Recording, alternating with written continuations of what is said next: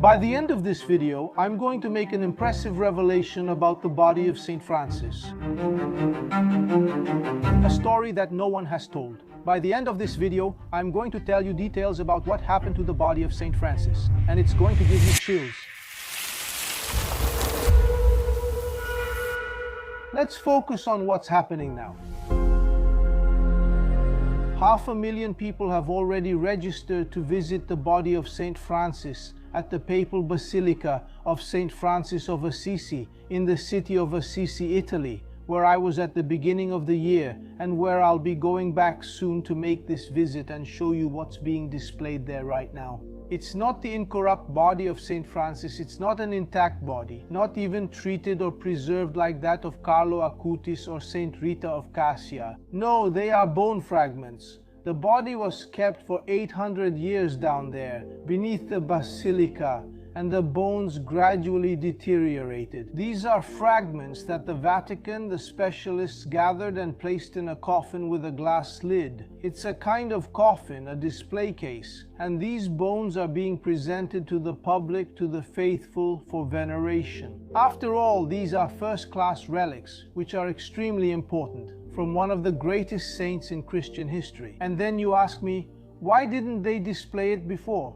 800 years with the body kept inside a tomb, and suddenly they decide to show it. Well, that's where the great story you don't know comes in, and it's impressive. The body of Saint Francis was missing for almost 600 years after Saint Francis died in 1226. A great pilgrimage movement began to Assisi, with pilgrims, faithful, and devotees from all over the world going there, wanting to be close to the tomb of that great saint. But at that time, we were in the midst of the Sixth Crusade, and the Sixth Crusade was just beginning. It was the era of the Crusades. There was a great concern about attacks from Muslims. There was a huge rivalry at that time between Christians and Muslims.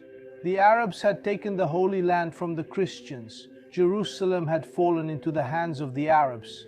The Crusades were precisely to recover that, and there was a lot of fear of invasions. That was one reason to guard the body of Saint Francis. But there was another: Christian sacred theft. Christians would leave one place to steal relics from another and bring them to their own church, so it would become more important. Do you know where that happened? That's right, you'll be amazed. In Venice, merchants left Venice, took their boat and went to Alexandria. They stole the bones, the remains of Saint Mark the Evangelist, or what was believed to be the body of Saint Mark the Evangelist. And do you know where they took them?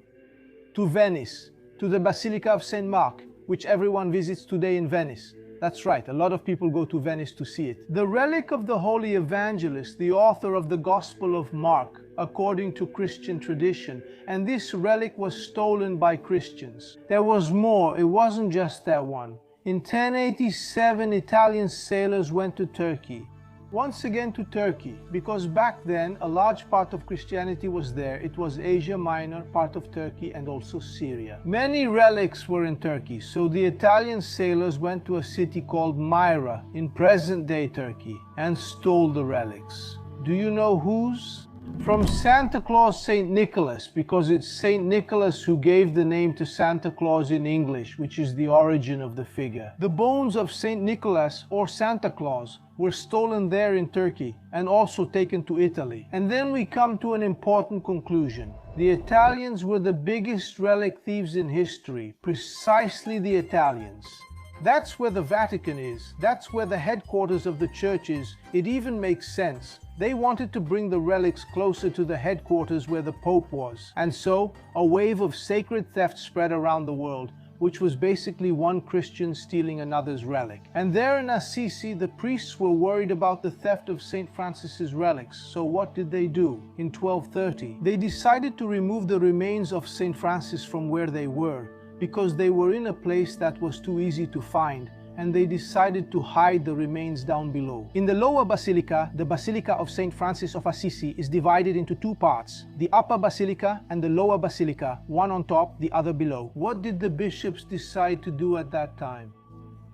They decided to hide the body of St. Francis, his mortal remains, under the altar of the lower basilica. Inside there Where there was a piece of rock, they placed the tomb, put iron around the tomb and filled it with concrete, then added another layer of concrete and more concrete, and that's how they hid it. But so well that 600 years later no one knew where the body was anymore.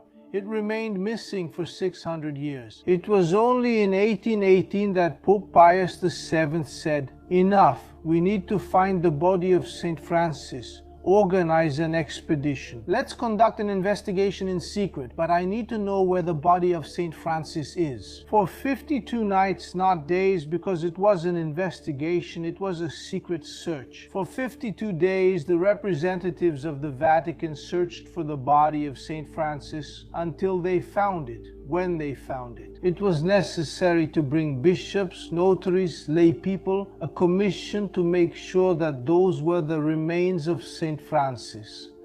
And then they gave the stamp, "These are the remains of St. Francis," and finally placed those remains in the crypt where they remain to this day. We visit the papal basilica of St. Francis of Assisi and visit the tomb of St. Francis, a very beautiful place. It's a very solemn visit. But nobody sees anything, just the tomb. And then you ask, why did they display the remains of a saint? I asked 3 Franciscans I spoke with recently if they thought St. Francis would be satisfied with this public display of his body. And the answer was unanimous, certainly not. I would also say no, nor would the place where he was put.